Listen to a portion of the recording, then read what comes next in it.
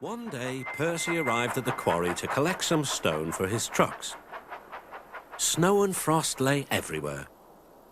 There was not a sound to be heard. Percy ventured further.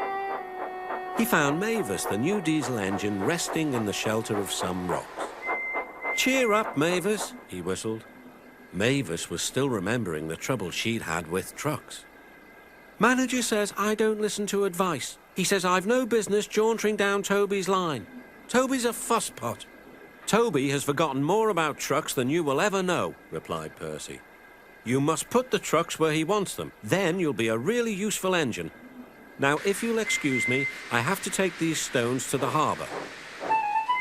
Mavis liked Percy, but she still wouldn't listen to his advice. "Why shouldn't I go on Toby's line?" she grumbled. The siding arrangements were awkward. To put the trucks where Toby wanted them, Mavis had to make several journeys.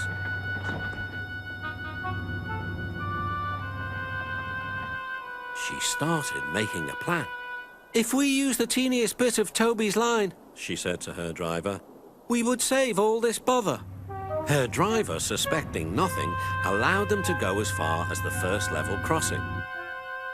A few days later, the weather changed. As the snow melted, the quarry grew busy again. Some trains were so long that before leaving the trucks for Toby, Mavis had to go beyond the level crossing with them. Now for her plan. She would go further down the line without it seeming her fault. "Can you keep a secret?" she asked the trucks. "Yes, yes, yes," they chattered. "Will you bump me at the level crossing and tell no one I asked you?" The trucks promised. But whilst Mavis was away, Toby arrived. He decided to shunt the trucks himself. The trucks decided to bump him anyway. They reached the level crossing and Toby's brakes came on. This was the signal for the trucks. "On, on, on," they yelled, giving him a fearful bump. Toby was away, with the trucks screaming and yelling behind him. No one realized that melted snow had turned a stream ahead into a torrent, and the bridge above it was about to collapse.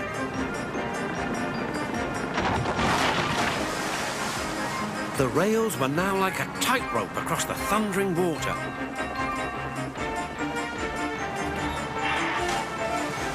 "Stop, stop," cried Toby. His driver fought for control. They came nearer and nearer to the bridge. It was all or nothing now. The driver braked hard. Toby stopped, still on the rails but with his wheels treading the tightrope over the abyss.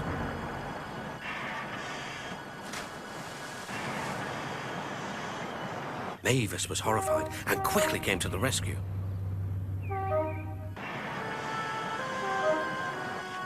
Workmen anchored Toby with ropes while she pulled the trucks away.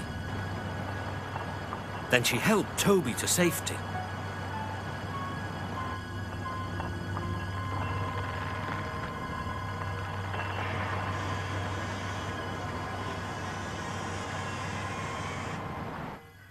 "I'm sorry about the trucks," said Mavis. "I can't think how you managed to stop them in time." "Oh, well," said Toby. "My driver told me about circus people who walk tightropes, but I just didn't fancy doing it myself."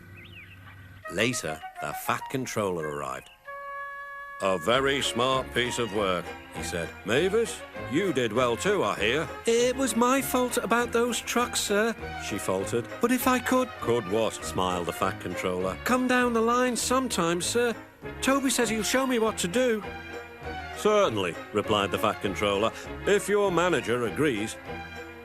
And so it was arranged. Now Mavis is as happy as can be, and the Fat Controller thinks she's really useful indeed.